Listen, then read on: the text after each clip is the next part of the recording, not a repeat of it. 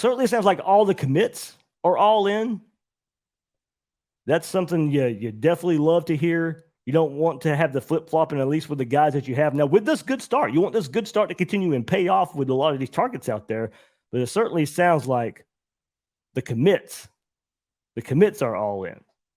So, I mean, you can't ask for more than that. I mean, DJ Lagway on campus, Darius Hayes, I mean, he was pretty much emphatic. I mean, as was Lagway, but Hayes has pretty much come out and said, look, I'm shut down. I'm not taking visits. I'm not doing anything. I am fully committed to Florida. And that's what you want to hear. That's what you want to hear from one of your biggest gets right now for the Gators. So to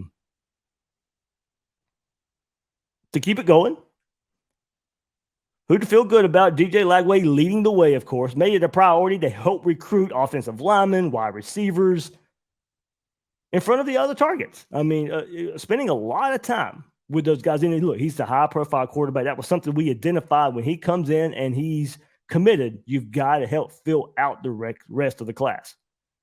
And, well, we got to wait and see how that pays off. And this was going to be one of the first big early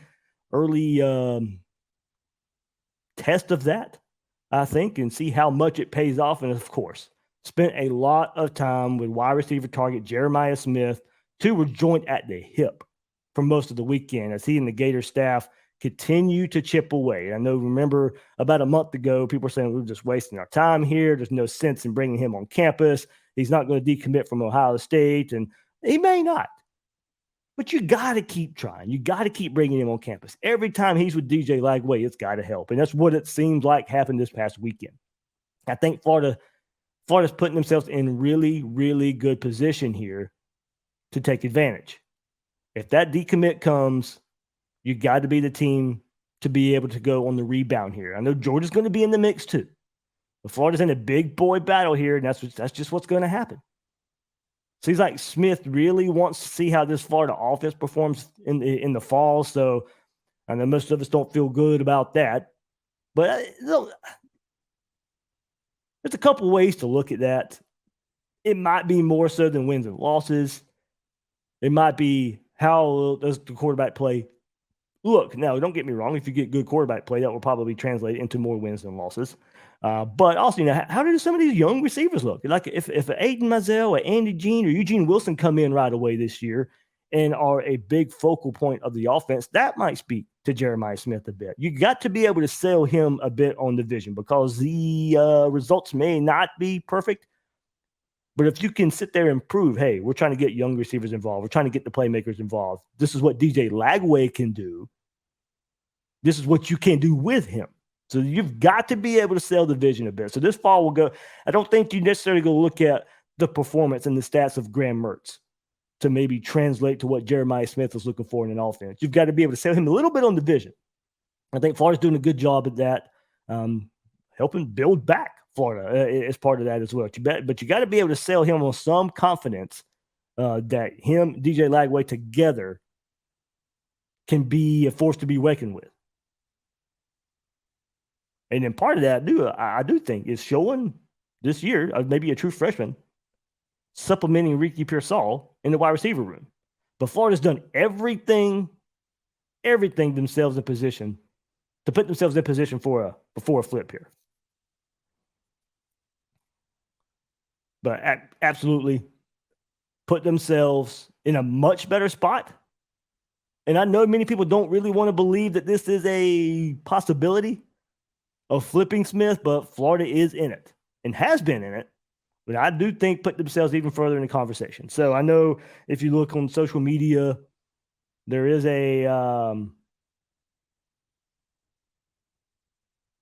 looking at it, there is a transformation in Jeremiah Smith's social media. A lot of Ohio State stuff out there. There's a picture of him in the swamp on his Twitter profile. Now, his Instagram, I believe, had been that way for a little while. Not a lot of Ohio State stuff to begin with, or recently. He's kind of taking that stuff down. Now, of course, that's going to raise some eyebrows. Many people were thinking, look, I don't believe in the whole trolling thing. If he picks Florida or doesn't pick Florida, I don't think he's trolling Florida. These are just kids. Some of them know what they're doing, but I don't think I don't think it's a sign right now of him trolling Florida. I know a lot of people want to go back to Cormani McClain last cycle, or some examples like that. But no, I don't think that. From everything I can gather, there's a lot of real interest here, and we'll see if Florida can put the final stamp on it sometime soon, sometime in the fall. It looks like a December decision is the plan right now. Can you do anything to change that? Perhaps the biggest move comes with 5-star edge Jordan Ross from the state of Alabama. Big move here from the Gators in the last week or so. This visit certainly helped, in which he gave it a 10. I was a big fan of how the staff interacts and how genuine and real it seems with this staff. Napier Mike Peterson telling him how he'll fit in the defense and how much opportunity there is at the jack spot. So not a lot of depth there for the Gators, of course. And then going to sell him that he can come in and, as a true freshman, guys, fit in right away at that jack spot. His mom was a big fan of the visit. Hopefully that's a big factor as well, of course. Let's see. This one probably not decided anytime soon. You got an official visit to Georgia next weekend. So followed by an official visit to Texas on June 16th. So Ross will conclude his visits heading to Knoxville for an official visit to Tennessee on June 23rd that weekend. After that, maybe some official visits in the fall, LSU, USC, and Oregon. So Gators in this one, it did not seem likely at all not so long ago. He could be this class's Kelby Collins. Now, you go back a year, and remember, Kelby Collins makes that early June visit, and I didn't think there was much of a chance. I was like, there's no way you're going to pull this guy out of the state of Alabama. Now, maybe Alabama slow played, maybe Georgia slow played. I don't care. You ended up getting him in the class, and they showed interest later. So, maybe the same thing with Ross here. Florida's showing early interest, maybe more so than some other schools. And maybe that's the dividend. Maybe that's what pays off. Then don't get me wrong. Ross is, one of the, he's a 5-star edge player for a reason. And I don't think he's getting as slow played from the other schools as maybe Kelby Collins was a year ago. But Florida firmly in this one. And then say that Alabama's been pretty good to Florida when they go and pick and choose a bit. Going back to Kadarius Toney, LaMichael P. Ryan, Shamar James, Kelby Collins. I mean, there's some recent history there from the state of Alabama. Hopefully pays off there for Florida, creating a little bit of I won't necessarily say pipeline, but there's a trend there for going and getting some really good players from that state there for Florida. New merch, new sale, new Gators Breakdown merchandise available at gatorsbreakdownmerch.com. It's dropping just in time for summer with new designs. You can get yours with a 25% discount right now. There are plenty of options to choose from, including men's, women's, t-shirts, tank tops. Use promo code YTShopping25 to get our biggest discount ever and support Gators Breakdown while celebrating the Gators with these stylish summer looks.